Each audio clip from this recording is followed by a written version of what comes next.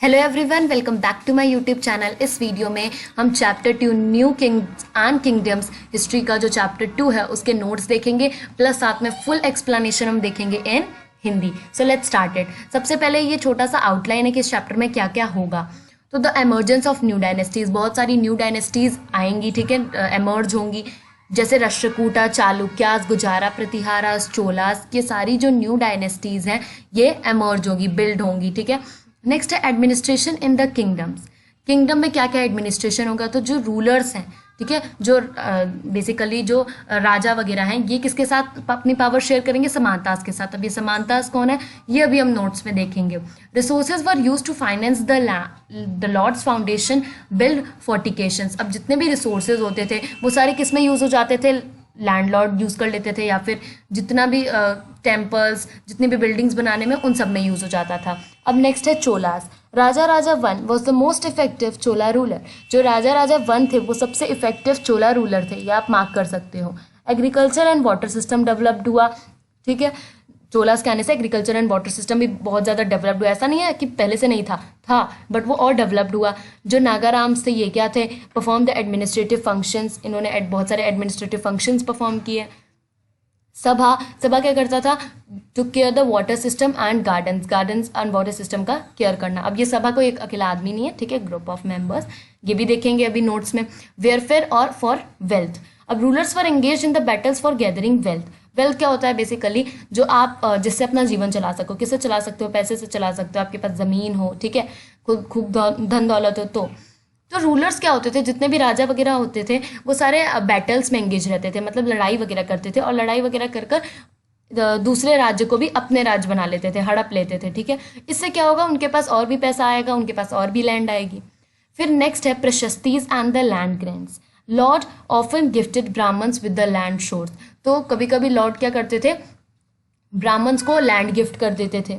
Okay, तो ये था। तो अब स्टार्ट करते हैं हमने आउटलाइन देख लिया। इसको चाहो तो आप अपने नोटबुक में बना सकते हो या नहीं बना सकते हो, वरना तो ये सारी चीज़ें अभी हम आगे पढ़ने ही वाले हैं इन डिटेल का मतलब बुक वाली डिटेल नहीं होगी, ये एकदम शॉर्ट नोट्स होंगे जिसको आप एग्जाम के पहले जस्ट 5 मिनट्स के अंदर रिवाइज कर जा सकते हो।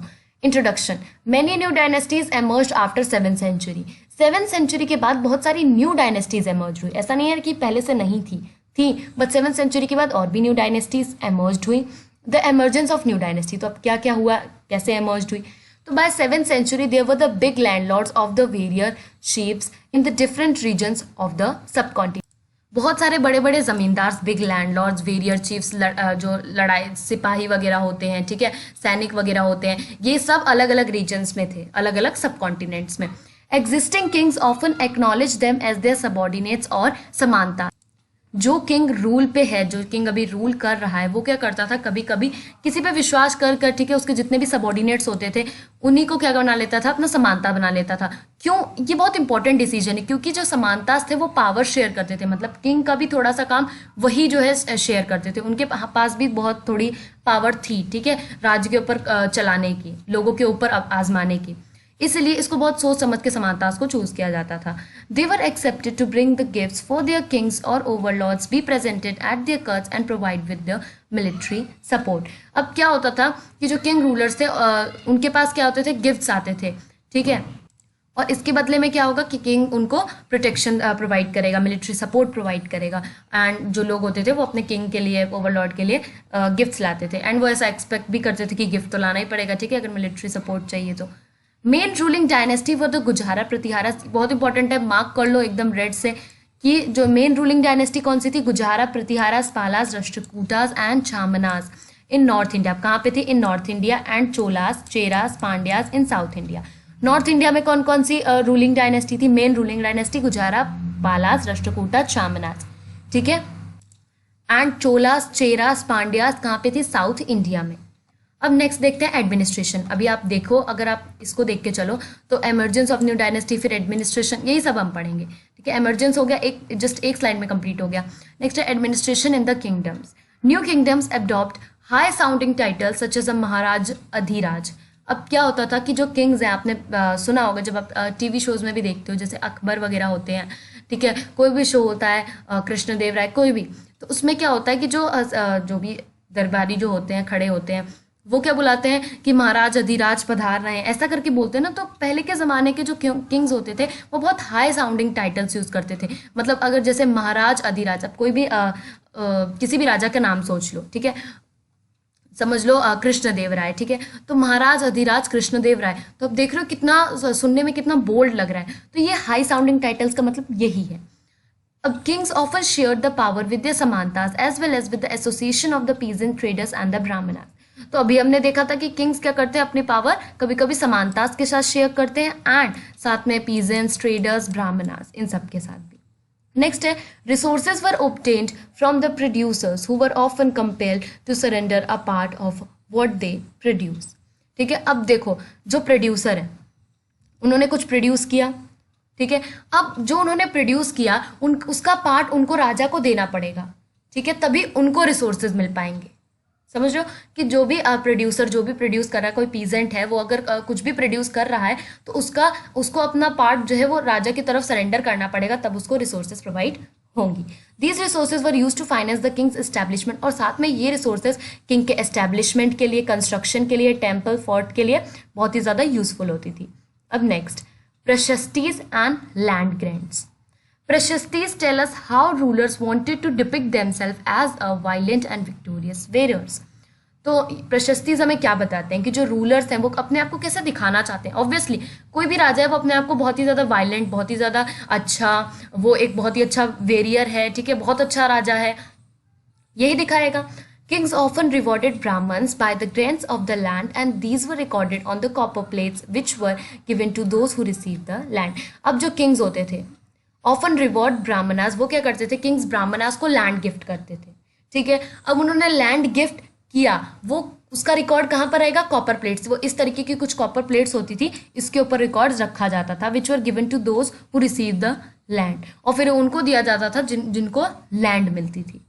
ओके अब नेक्स्ट है वेलफेयर फॉर द वेल्थ। अगर आपको अपना शासन चलाना है, ठीक है, तो उसके लिए पैसे चाहिए होंगे, ठीक है, सिर्फ पैसे ही नहीं, ज़मीन चाहिए होगी, लोग बढ़ते जाते हैं ना। For centuries, rulers belonging to the Gujara Pratiharas, Rashtrakuta, Pala dynasty fought for the control over the Kannauj and the long-drawn conflict.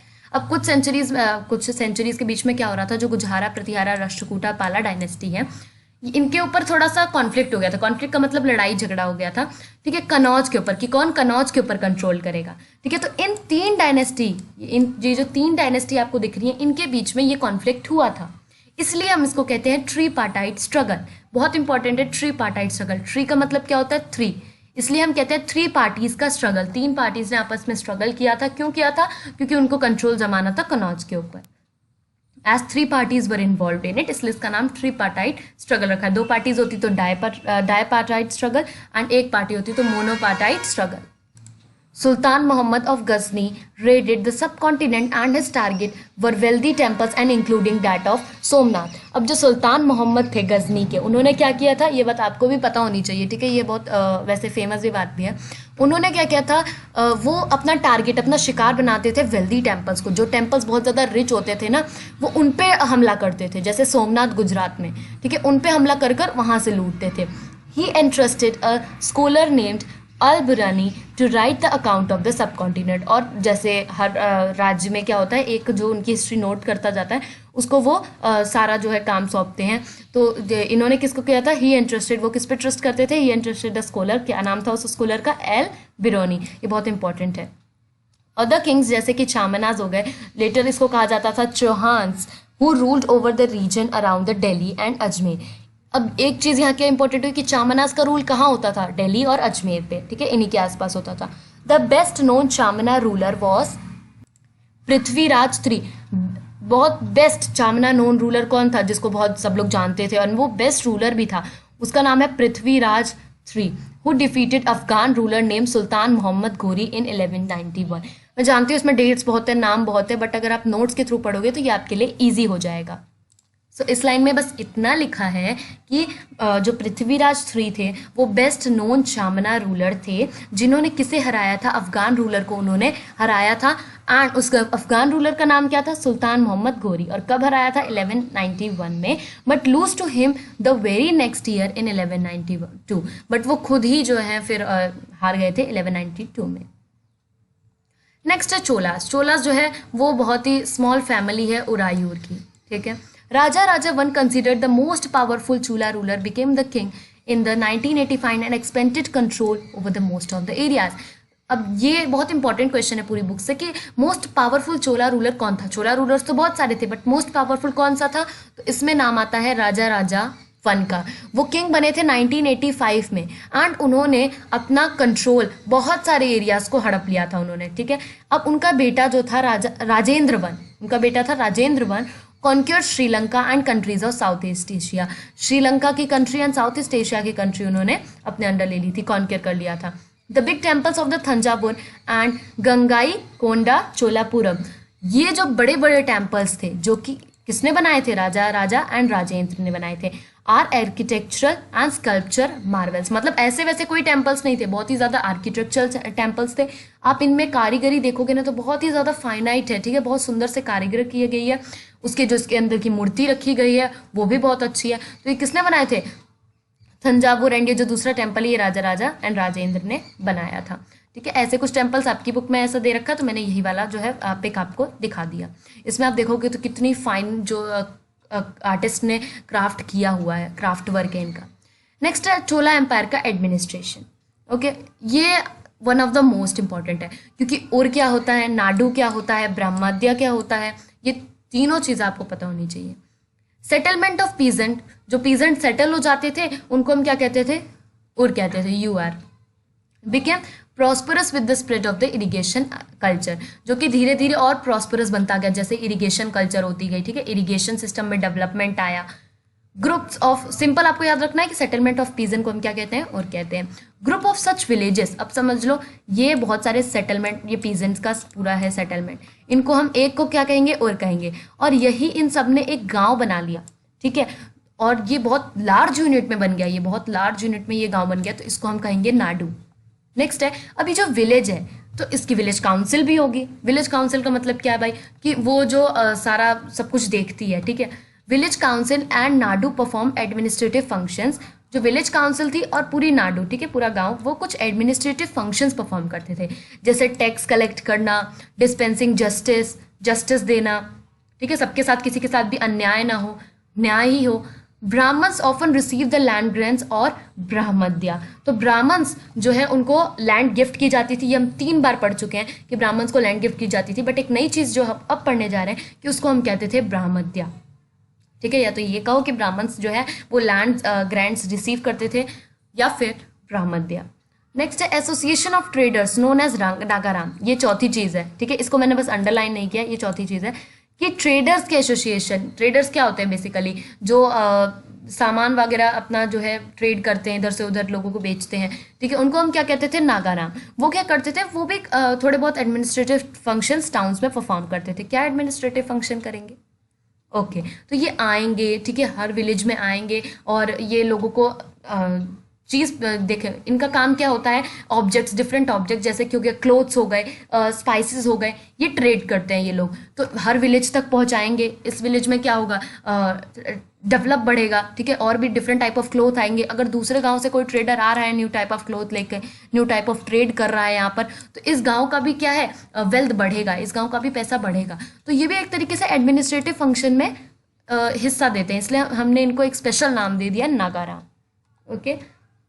मामूली ट्रेडर को हम नहीं कह रहे हैं, वो ट्रेडर्स जो कि एडमिनिस्ट्रेटिव फंक्शंस परफॉर्म कर रहे हैं उनको हम नागाराम कहते हैं। आपके बुक में ये सिंपल सा मैप दे रखा है जिसमें बता रखा है कि कितना कितना किसका रूलर है, ठीक है, ये आप देख सकते हो, ठीक है। आपके स्कूल में जो मैप वर्क करवाया है वो आप कर सकते हो एंड उसको परफॉर्म कर सकते हो। वैसे मैप वर्क के लिए भी हम वीडियो बना देंगे। नेक्स्ट है एक्टिविटीज़। अब यहाँ से जो चीज़ शुरू हो रही है ना, वो क्वेश्चन शुरू हो रहे हैं, ठीक है। ये पहला क्वेश्चन है जो कि आपके एग्जाम में पूरे, ठीक है, हर स्कूल के एग्जाम में मोस्टली पूछा जा सकता है। फर्स्ट है, बोला जाएगा what are the activities associated with the Cholas temple, कौन कौन सी एक्टिविटीज चोला टेम्पल्स के साथ एसोसिएटेड है। तो Chola temples were the nuclei settlement which grew around them. तो अब चोला ने एक टेम्पल बनाया, ठीक है। अब क्या होता था कि इसके आसपास धीरे धीरे बहुत सारे लोग सेटल होने लग गए, ठीक है, मंदिर देखा, अच्छी जगह देखी, तो लोग सेटलमेंट होने लगे, एक ये फायदा हुआ, ठीक है। अब जितने भी लोग यहाँ आ रहे थे वो किसके अंडर में आ रहे थे, ऑब्वियसली चोला का टेम्पल है तो चोला के अंडर में आएंगे, तो इनका ये फायदा हुआ, ठीक है। These temples were the centre of the craft production. अब मैंने आपको बताया था कि इन टेम्पल्स पे बहुत अच्छे से कारीगर की गई है, ठीक है, बहुत अच्छे से क्राफ्ट किया गया है। तो इन टेम्पल्स पे लोग आकर अब क्राफ्ट भी देखते थे कि ये क्राफ्ट प्रोडक्शन का भी सेंटर था। Next, the produce of the land was use for the maintenance of the people who worked at the temple and lived near it, priest, कुक्स, musician. जितना भी इस जमीन से पैसा आता था, मतलब मंदिर से जितना भी पैसा आता था वो कहाँ जाता था? मंदिर की मेंटेनेंस के लिए जाता था, और जितने भी वहाँ पर पुजारी रहते थे, कुक्स रहते थे, म्यूजिशियन रहते थे, उनके पास जाता था। Temples were endowed with the land by the rulers as well as by the others. Temple जो है वो लैंड भी जो रूलर्स होते थे उन्हीं का वो लैंड होता था, एंड बाकी लोग भी उस पर रह सकते थे। Chola temples were not only the place of worship, they were the hub of the economic, culture and the social life as well. ये लाइन अपने आप में बहुत ही ज़्यादा बहुत बड़ा मतलब कैरी कर रही है। जो चोला टेम्पल्स होते थे, अब वो सिर्फ पूजा करने के काम नहीं आते थे, ठीक है, पूजा सिर्फ हम उसमें जाके नहीं कर सकते, बल्कि इकोनॉमिकली मतलब इस टेम्पल से बहुत सारा पैसा आता था, बहुत दूर दूर से लोग इसका क्राफ्ट देखने आते थे, ठीक है, यहाँ रहने आते थे तो पैसा आता था। कल्चर होता था, ठीक है, टेम्पल्स पे क्या क्या कल्चर, हिंदुइज्म कल्चर फैलता था। सोशल लाइफ भी इन लोगों की इफेक्ट मतलब अच्छी होती थी, एक तरीके से लोग आकर यहाँ रहते थे, उनको अच्छा आता था, फीलिंग आता था, ठीक है, जितने भी प्रीस्ट, कुक, म्यूजिशियन थे, इसका जितना पैसा था उनको जाता था। अब जो सेकंड मेन इंपॉर्टेंट क्वेश्चन है जो कि पूछा जाता है, एंड ये मैंने नोट्स में भी नहीं लिखवाया है, क्योंकि अगर मैं वही चीज़ नोट्स में रिपीट कर दूंगा फिर वही चीज़ यहाँ तो कंफ्यूज हो जाओगे आप, तो नोट्स तो आपको पढ़ने ही हैं। तो जो मैं अभी क्वेश्चन करवा रही हूँ बिल्कुल ज़्यादा क्वेश्चन नहीं है, ठीक है, 5 ही क्वेश्चन होंगे मोस्टली। तो अभी हम एक क्वेश्चन कर चुके हैं जो कि बहुत इंपॉर्टेंट है, जो कि आपने ऊपर भी देखा है, उसकी कुछ लाइंस ऊपर देखी है, ठीक है, बट उसको आंसर के फॉर्म में कैसे लिखना है वो आप। सो अब सेकंड जो मोस्ट इंपॉर्टेंट क्वेश्चन है यहाँ पर वो है, what kind of irrigation work were developed in the Tamil region. Tamil region में कौन सा जो है किस टाइप का इरिगेशन सिस्टम डेवलप किया गया था, ये क्वेश्चन बहुत ही ज़्यादा इंपॉर्टेंट है, ठीक है। ये मैंने नोट्स में भी कवर नहीं किया है। ये क्यों इंपॉर्टेंट है? क्योंकि ये तो पहली बार नोट्स में कवर नहीं है, एंड ये बुक के बहुत ही छोटे से हिस्से में दिया हुआ है, जिसको आपने कभी सोचा भी नहीं होगा कि ये क्वेश्चन के फॉर्म में आ सकता है। तो ये जो पहला वाला क्वेश्चन था, ये तो आपने इसकी थोड़ी बहुत लाइन्स ऊपर पढ़ी थी, बट क्यों मैंने इसको क्वेश्चन के फॉर्म में आपको दिखाया, इसलिए क्योंकि किस तरीके से इसको आपको अपने पेपर में लिखना है वो आप यहाँ पर देख सकते हो, ठीक है। तो अब ये क्वेश्चन देखते हैं। इन सम एरियाज वेल्स वर डग, कुछ एरियाज में क्या होता था, कुएं बना दिए जाते थे कि ठीक है लो भाई तुम कुएं से पानी निकाल कर अपने पौधों को सींच सकते हो। नेक्स्ट है, huge tanks were used to store the rain water, बड़े बड़े जो टैंक्स होते थे इनको जो है रेन वाटर के लिए अच्छे से स्टोर किया जाता था। अब बड़े बड़े टैंक्स ये इकट्ठा किए, जब बारिश हुई तो ये टैंक्स भर जाएंगे, फिर इन्हीं रेन वाटर से आप अपने क्रॉप्स को अच्छे से इरिगेशन कर सकते हो। In delta region embankments were built to prevent the flooding, embankment बना दी जाती थी डेल्टा रीजन में, ठीक है, वहाँ ताकि फ्लड ना आए, ठीक है, बहुत एम्बैंकमेंट्स बना देते थे। जब से यहाँ पे गांव है यहाँ पर एम्बैंकमेंट बना दिया गया, यहाँ से फ्लड ना आए रोकने के लिए, इसलिए। कैनाल्स हैड, और फिर ये जो पानी है इसको हम किसके लिए यूज़ कर लेंगे, इरिगेशन के लिए। Canals had to be constructed to carry the water to the fields. Canals क्या होता है, कभी कभी मेरी टंग स्लिप हो जाती है तो उसको आप इग्नोर करना। कैनल्स जो होते हैं आर कंस्ट्रक्टेड, बहुत बड़े, अब कैनल्स आपको नहीं पता होगा तो कैनाल्स जो होते हैं ये जस्ट जो गांव जहाँ पर लोग क्रॉप्स उगाते हैं ना, जस्ट उसी के साइड में कैनाल्स बना दिए जाते हैं। ये क्या करते हैं, यहाँ नदी है, यहाँ नदी है, यहाँ कैनाल बना दिया गया है, यहाँ खेतों में ही कैनाल, खेतों के पास कैनाल बना दिया जाता है, एंड इस रिवर से पानी कैनाल के थ्रू अपने आप फील्ड्स में आ जाता है। नेक्स्ट क्वेश्चन, राष्ट्रकूटास पावरफुल कैसे बने? The kings acknowledge big landlords as their subordinates. पहली चीज कि किंग क्या करते थे, जो बड़े बड़े लैंडलॉर्ड्स होते थे वो सबऑर्डिनेट्स रख लेते थे, समानतास रख लेते थे, ठीक है। They gain the power and wealth and declare themselves to be the mahasamantas. अब ये समानता क्या कर सकते हैं, समानतास पावर गेन करेंगे, वेल्थ गेन करेंगे और खुद को क्या बता देंगे, mahasamantas. Rashtrakutas were subordinate to the Chalukyas in the Deccan.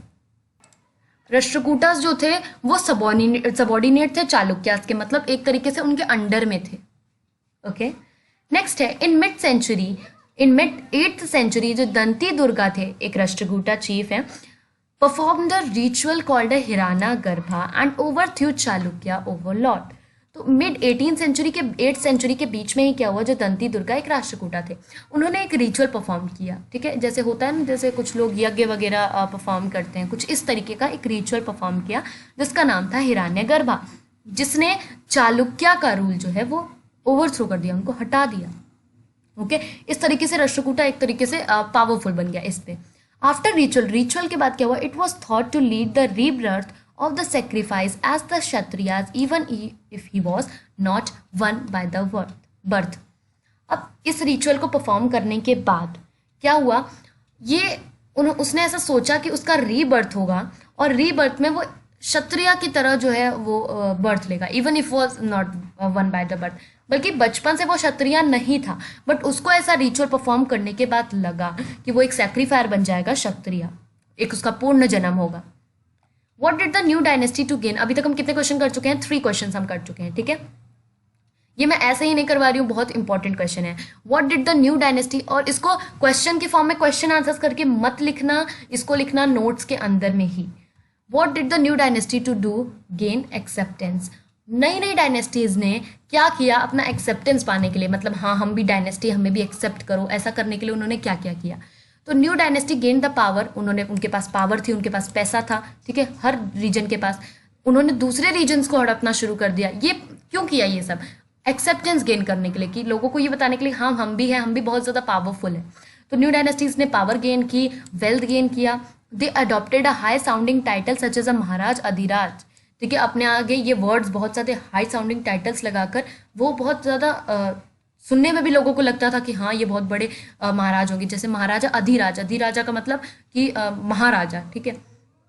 They deputed learned Brahmins to depict themselves as the victorious warriors, वो क्या करते थे, ब्राह्मण्स को एक तरीके से ये डिपिक्ट करते थे कि वो भी बहुत वेरियस है, वो ब्राह्मणास को लैंड गिफ्ट करते थे, ठीक है। Their activities were recorded in the prashastis, उनकी एक्टिविटीज़ कहाँ रिकॉर्डेड होती थी, प्रशस्तीज के अंदर। अभी हमने देखा था प्रशस्तीज, अगर आपने नहीं देखा तो वीडियो को पीछे करके देख लेना। They tried to demonstrate their power and resources by building splendid temples, अपनी पावर वो बढ़ाना चाहते थे। अब अभी हमने पढ़ा कि टेम्पल बनाने से सिर्फ पैसा नहीं आ रहा था, सिर्फ पूजा ही नहीं हो रही थी, बल्कि पैसा, पावर, पूजा, लोग सब आ रहे थे, ठीक है। तो अपनी पावर दिखाने के लिए, रिसोर्स बढ़ाने के लिए उन्होंने टेम्पल्स बनाने शुरू कर दिए। ओके, ये लास्ट क्वेश्चन है कि डिफरेंस क्या है मोहम्मद ऑफ गजनी और मोहम्मद घोरी में, क्या डिफरेंस है। देख के ही लग रहा है ना बहुत इंपॉर्टेंट क्वेश्चन है, तो इसको स्टार मार्क कर लेना। जिस भी पेन से नोट्स बना रहे हो, जिन भी 2, 3, 4 पेन से, उससे सबसे जो अलग कलर पेन होगा ना उससे इसको मार्क कर लेना। मोहम्मद ऑफ गजनी एंड मोहम्मद घोरी जो है, इनके बीच में difference. He invaded India from 1000 AD to 1025 AD, इन्होंने इंडिया पे आक्रमण किया था 1000 AD टू 1025 AD के बीच में। इन्होंने किया था 1175 AD से लेकर इसके बीच में। हिज एम, इनका एम क्या था, इनका एम था कि इंडिया में इंडिया से जो है पैसा वगैरह सब कुछ जो है ले जाए, carry wealth of India, India का जो जितना भी वेल्थ है वो सब ले जाया जाए। His aim was to conquer, इनका एम ये था कि इंडिया को कॉन्क्यूर करना और उस पर अपना राज जमा लेना, ठीक है। इनका राज जमाने का मकसद नहीं था, लेकिन इनका मकसद था कि ये पूरा इंडिया को अपने अंडर में ले लें। He invaded India 17 times during the course of, 25 सालों तक इन्होंने इंडिया पे आक्रमण करते ही रहा, ठीक है। कितने बार, 17 टाइम्स, 25 ईयर्स तक, okay. He conducted 2 raids to establish his control over India, India पे कंट्रोल जमाने के लिए इन्होंने 2 बार रेड डाली इंडिया पर, ओके। इसमें एग्जाम्पल हो गया सोमनाथ टेम्पल इन गुजरात। अब देखो, मोहम्मद ऑफ गजनी क्या करना चाहते थे, इंडिया का पैसा लेना चाहते थे, ठीक है। तो वो कहाँ करेंगे, एक पर्सनल लोग के पास तो होगा नहीं कि एक इंसान है जिसके पास बहुत ज़्यादा कोई मंदिर होगा, कोई आर्किटेक्चर, कोई भी बिल्डिंग होगी जहाँ पर बहुत सारा सोना होगा, बहुत सारा, तो वहाँ पर ये लोग जो है अटैक करते थे, जैसे सोमनाथ टेम्पल पर अटैक किया था। इन्होंने क्या किया था, अब अगर इनको इंडिया पे कंट्रोल जमाना है तो इंडिया के कैपिटल पर कंट्रोल जमाना होगा, तो ये लोग क्या करते थे, सबसे पहले कॉन्क्वेस्ट ऑफ दिल्ली, तो आप ऐसे याद रख सकते हो, ठीक है, कि अगर इंडिया पे कंट्रोल जमाना है तो इंडिया पे जो है इन्होंने सबसे पहले दिल्ली पे आक्रमण किया, फिर यहाँ पर सोमनाथ टेम्पल इन गुजरात। यहाँ पर हमारे नोट्स कंप्लीट होते हैं एंड मैं ये उम्मीद करती हूँ कि आपने इसको नोट डाउन कर लिया होगा बहुत अच्छे से, जिस तरीके से मैंने बताया है। तो एक बात मैं फिर बोलती हूँ कि इनको क्वेश्चंस के फॉर्म में मत लेना, इनको लाइटली मत लेना। जो भी मैंने 5 क्वेश्चन अभी आपको बताए ये बहुत ही इंपॉर्टेंट 5 स्टार है, ओके। एंड अगर आपको ये वीडियो अच्छी लगे तो इसको लाइक करना एंड शेयर करना अपने क्लास ग्रुप, स्कूल ग्रुप्स में, जिससे उनको भी ये नोट्स मिल सके एंड हेल्पफुल हो। एंड एक कमेंट तो ज़रूर करना कि आपको वीडियो कैसे लगे, एंड अगर आपका कोई डाउट हो वो भी आप कमेंट कर सकते हो, एंड आपको किस चैप्टर पे कैसी वीडियोस चाहिए वो भी आप मुझे कमेंट कर बता सकते हो। एंड चैनल को सब्सक्राइब ज़रूर करना एंड इस वीडियो को लाइक ज़रूर करना एंड नोटिफिकेशन बेल को ऑन कर देना, जिसकी वजह से आपको सारी वीडियोज़ मिलती रहेंगी। Thank you very much.